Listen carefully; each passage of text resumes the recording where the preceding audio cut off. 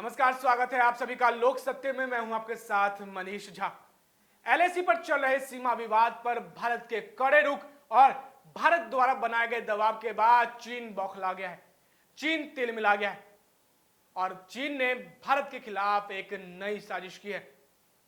हाल ही में जिस तरह से भारत की सेना ने चीनी सैनिकों को खदेड़ा था, चीनी सैनिकों को मुंहतोड़ जवाब दिया था, भारत की इस कार्रवाई के बाद चीन तिलमिला गया है और इसी छटपटाहट के बाद चीन ने भारत के पड़ोसी देशों का साथ लेना शुरू कर दिया है और वो पड़ोसी देश हैं नेपाल और पाकिस्तान।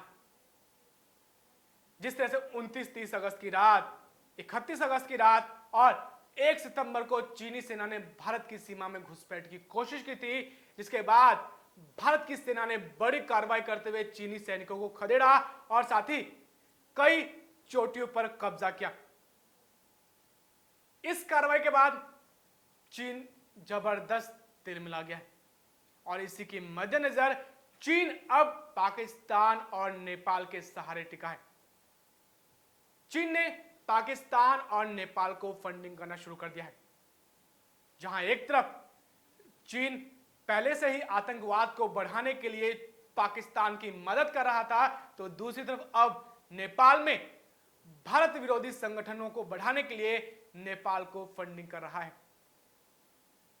चीन पाकिस्तान में टैंकों को बढ़ा रहा है, यानी जो पाकिस्तान में टैंक बेकार हो चुके हैं, जो एकदम जर्जर हो चुके हैं, उनकी मरम्मत करवा रहा है।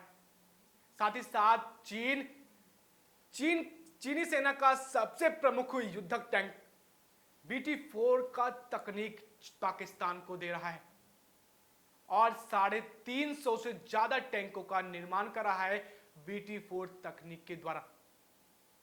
इसके साथ साथ पाकिस्तान के अल खालिद 1 टैंक को भी चीन बना रहा है, यानी सीधे तौर पर पाकिस्तान में टैंकों के निर्माण के लिए चीन मदद कर रहा है और भारत के खिलाफ एक बहुत बड़ी साजिश कर रहा है।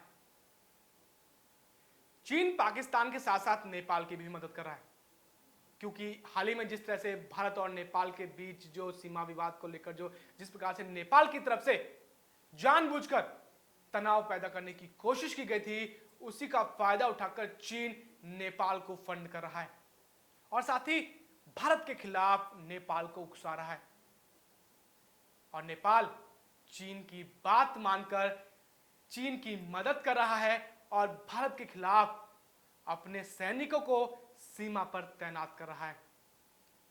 हाल ही में हमें लिपू लेक के पास देखने को मिला, जहां पर नेपाली सरकार के आदेश के बाद नेपाली सैनिकों को सीमा के पास तैनात किया गया।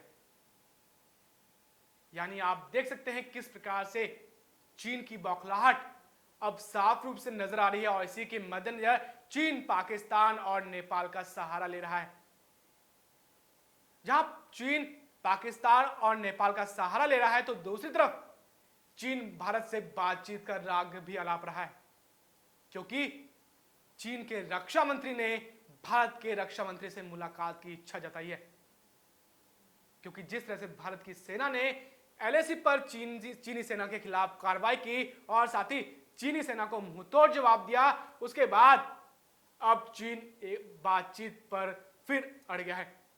आपसे अनुरोध है कि आप इस खबर को अधिक से अधिक शेयर कीजिए, साथ ही नीचे दिए गए कमेंट बॉक्स में अपनी राय जरूर रखिए, क्योंकि आपकी राय सबसे अहम है। फिलहाल के लिए इतना ही। देश दुनिया की तमाम खबरों को जानने के लिए आप देखते रहिए लोक सत्य।